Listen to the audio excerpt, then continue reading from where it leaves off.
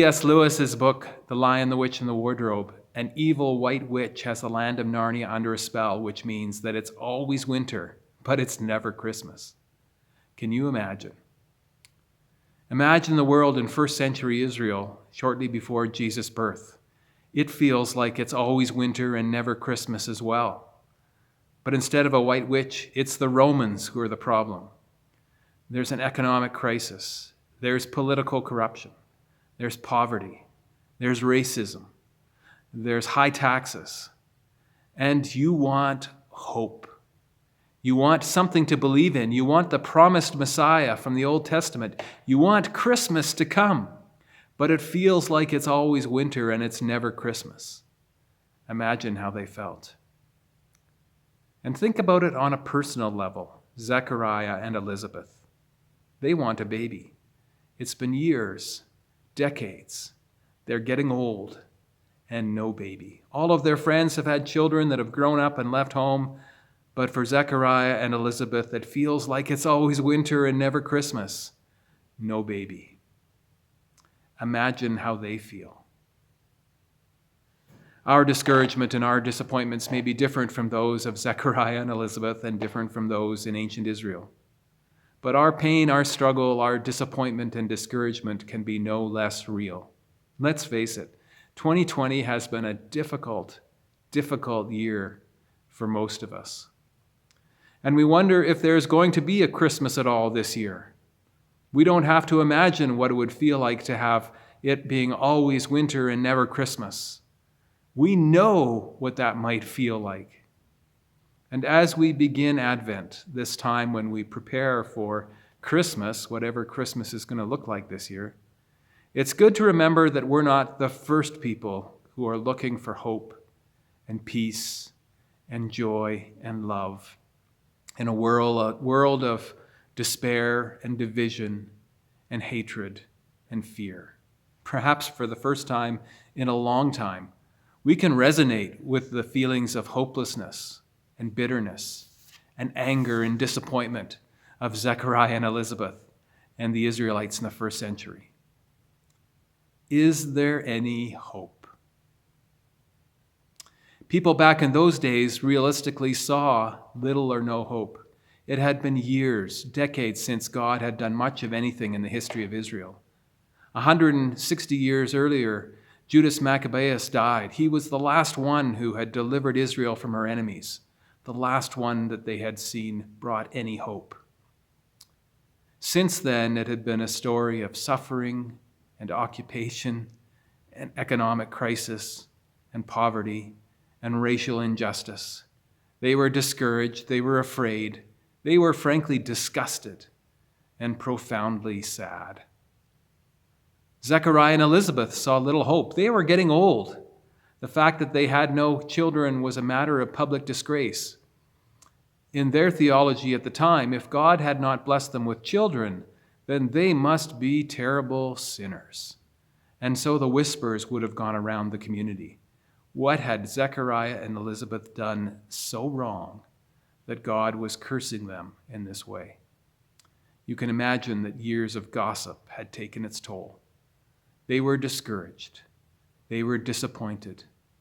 They were sad, to say the least. We all get discouraged. We all get afraid. We all get anxious.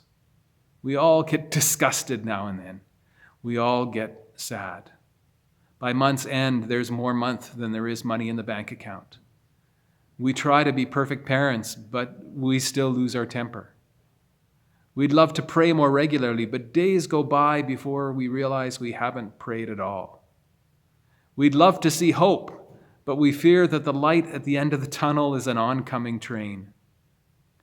What is it that discourages you, that causes you fear, sadness, stress? Is it COVID? Is it your finances? Is it work? Is it family? Is it health? Is it your faith? Is it temptation? Figuring out what it is that's causing us stress and discouragement is the first part of finding a solution. Sometimes we know our emotions are out of whack, but we have no idea what the problem is. coming to a determination of what's causing us distress, is the beginning of healing. Recently, the CBWC had a webinar for pastors on stress, and the presenter, Dr. Hilary McBride, mentioned that we have to name it. We have to identify what our stress is before we can tame it. Name it to tame it. It's only when we come to terms with what it is that's causing us stress that we can begin to deal with it. Hope is one of those things that all of us are struggling with right now. Is there anything to look forward to? Is there anything to be hopeful about? How can Advent and Christmas bring hope into this hopeless time? Let's think a little bit about dealing with disappointment. Sometimes we try to deal with our discouragements, our stresses, our anxieties with pious platitudes. God won't give you more than you can handle. Well, actually, God regularly gives us more than we can handle, because then we're forced to depend on Him. Or, have you heard this one? Just wait upon the Lord. Well, that's great, but sometimes we wait and wait and wait, and there's no answer. Or, if you want God to act, then you need to have more faith. And so the guilt is all ours. The pressure is all on us because we don't have enough faith. Interestingly, in the Bible, all sorts of people have raw emotions. At their best, what they do is share those emotions with God and with the community of support around them, their friends and their family. Zechariah, for instance, has been praying in the temple, probably bearing his soul honestly with God, and certainly he and Elizabeth would have been having regular conversations about their discouragement and their disappointment and their sadness. The Bible encourages us to be honest about our emotions, our fears, anxiety, sadness, disappointment, and grief before God. One of the most moving stories in Scripture is the story of Hannah back in 1 Samuel. In 1 Samuel chapter 1, Hannah is another lady who is unable to conceive a child. And so we read in 1 Samuel 1 that Hannah went over to the tabernacle after supper to pray to the Lord. Eli the priest was sitting at his customary place beside the entrance. Hannah was in deep anguish, crying bitterly as she prayed to the Lord. As she was praying to the Lord, Eli watched her. Seeing her lips moving but hearing no sound, he thought she'd been drinking. "Must you come here drunk?" he demanded. "Throw away your wine."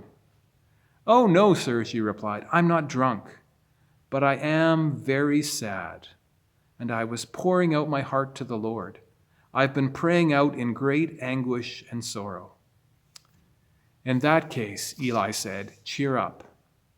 May the God of Israel grant the request you've asked of him." "Oh, thank you, sir," she exclaimed.